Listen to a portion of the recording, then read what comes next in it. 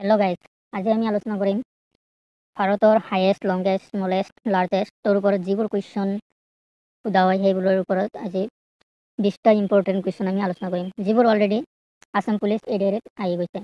তেনেহ'লে আজিৰ ভিডিঅ'টো আমি আৰম্ভ কৰোঁ। আজিৰ প্ৰথমটো কুৱেশ্যন হৈছে আমাৰ which is the longest river in India. আজিৰ প্ৰথমটো কুৱেশ্যন, ভাৰতৰ আটাইতকৈ দীঘল নদী কোনখন?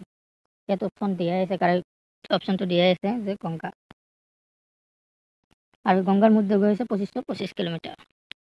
Question number 2, which is the longest river in the world. ইয়াত কৈছে যে longest river in the world. ইয়াত 4টা অপশ্যন দিয়া আছে, 4টা অপশ্যনৰ ভিতৰত আমাৰ অপশ্যন এইটো কাৰেক্ট এনচাৰ নীল নদী।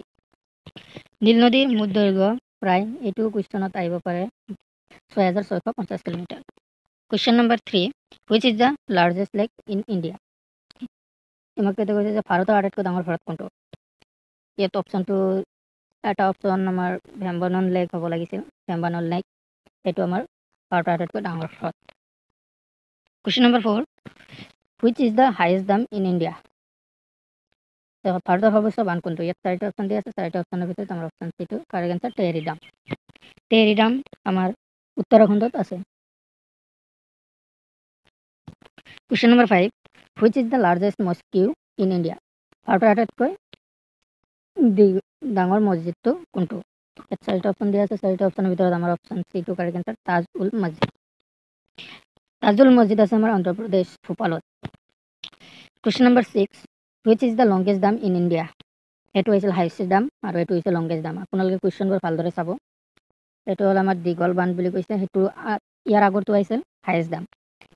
এইটো হৈছে আমাৰ অপশ্যন বি হীৰাকুণ্ড ডাম। হীৰাকুণ্ড ডাম আছে আমাৰ উৰিষ্যা। হীৰাকুণ্ড ডামৰ হেইটটো হৈছে 8.8 kilometre, 4.8 kilometre. Question number 7, which is the largest delta in the world. ইয়াত কৈছে ডেল্টা ইন দ্য ৱৰ্ল্ড, ডাঙৰ হ্ৰদ কোনটো? ডেল্টা মানে হ্ৰদ নহয়, একচুৱেলি বদ্বীপ কোনটো সেইটো সুধিছে। ইয়াত 4টা অপশ্যন দিয়া আছে, 4টা অপশ্যনৰ ভিতৰত আমাৰ অপশ্যন এটো কাৰেক্ট এনচাৰ সুন্দৰবন ডেল্টা। ইয়াত এটা ইম্পৰ্টেণ্ট পইণ্ট দিয়া আছে, ইয়াক গংগা ব্ৰহ্মপুত্ৰ বদ্বীপ বা গংগা বদ্বীপ বুলিও জনা যায়। এছিয়াত অৱস্থিত, য'ত ব্ৰহ্মপুত্ৰ আৰু গংগা নদী বংগোপসাগৰলৈ বৈ যায়, তাতে এইটো বদ্বীপৰ সৃষ্টি হয়, আৰু ইয়াৰ প্ৰায় 100 কিলোমিটাৰ বৰ্গক্ষেত্ৰ। Question number 8, which is the largest museum in India. ভাৰতৰ আটাইতকৈ ডাঙৰ মিউজিয়াম কোনটো? ইয়াত 4টা অপশ্যন দিয়া আছে, 4টা অপশ্যনৰ ভিতৰত আমাৰ যিটো option B correct answer Indian museum. Indian museum আমাৰ ক'ত আছে? কলকাতা। ইণ্ডিয়ান মিউজিয়ামত পোৱা যায় antiques, armour, fossils, skeleton, mummies and Mughal painting, এইবোৰ পোৱা যায়।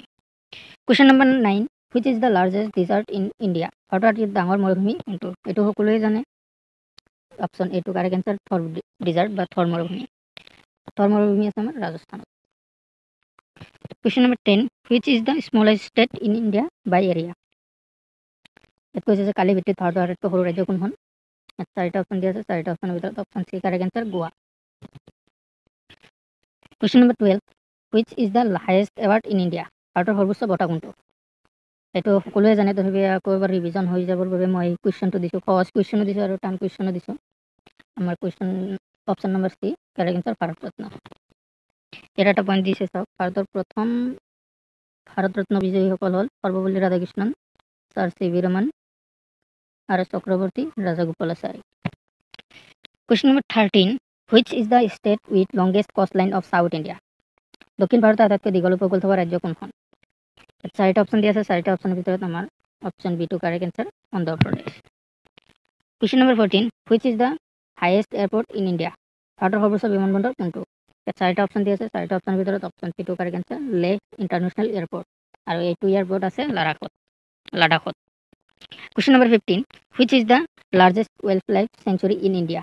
এইকেইটা আপোনালোকে কমেণ্ট কৰি জনাই দিব, এইটো হোমৱৰ্ক হিচাপে আপোনালোকে কমেণ্ট কৰি দিব। Question number 16, what is the highest waterfall in India. ভাৰতৰ সৰ্বোচ্চ জলপ্ৰপাত কোনটো? ইয়াত 4টা অপশ্যন দিয়া আছে, 4টা অপশ্যনৰ ভিতৰত আমাৰ option C two correct answer Kunchikal falls. Question number 17, what is the tallest statue in India. ইয়াতে কৈছে যে ভাৰতৰ আটাইতকৈ ওখ মূৰ্তিটো কি? ইয়াত আমাৰ মই কুৱেশ্যনটো এনচাৰটো দি দিছোঁ, অপশ্যন দিয়া নাই। The statue of the unity, এইটো আছে আমাৰ গুজৰাটৰ নৰ্মদা বান্ধত, আৰু ইয়াৰ উচ্চতা হৈছে 182 মিটাৰ উচ্চতা।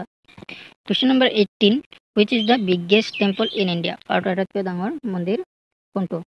এইটো এনচাৰটো দিহে আছে, শ্ৰী ৰংগনাথ স্বামী টেম্পল। ই আছে আমাৰ তামিলনাডুত লোকেটেড।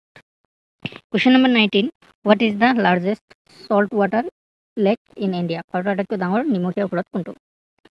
এইটো দিয়াই আছে চিলিকা লেক। আৰু আজিৰ ভিডিঅ'ৰ শেষৰটো কুৱেশ্যন হৈছে question number 20, which is the largest fresh water lake in India? ভাৰতৰ আটাইতকৈ ডাঙৰ মিঠা প্ৰাণীৰ হ্ৰদ কোনটো? ইয়াত 4টা অপশ্যন দিয়া আছে, কোনটো হয় আপোনালোকে কমেণ্ট কৰি জনাই দিব। মই কম সময়ৰ ভিতৰতে আপোনালোকক 20টা কুৱেশ্যন সলভ কৰি দিলোঁ বা দেখাই দিলোঁ। আপোনালোকে কম সময়ৰ ভিতৰতে গোটেইকেইটা কুৱেশ্যন চালে, অকণো সময় নষ্ট নোহোৱাকৈ। তেনেহ'লে যদি ভিডিঅ'টো ভাল লাগিছে তেনেহ'লে লাইক কৰি দিব, আৰু এনেকুৱা ভিডিঅ' পাবৰ বাবে চেনেলটো ছাবস্ক্ৰাইব কৰি ল'ব, আৰু কাষত থকা বেল আইকনটো বজাই ল'ব। আৰু যদি ইয়াৰ বাবে PDF টো লাগে তেনেহ'লে মোক এটা কমেণ্ট কৰি দিব, মই PDF টো আপোনালোকক শ্বেয়াৰ কৰি দিম। Thank you everyone.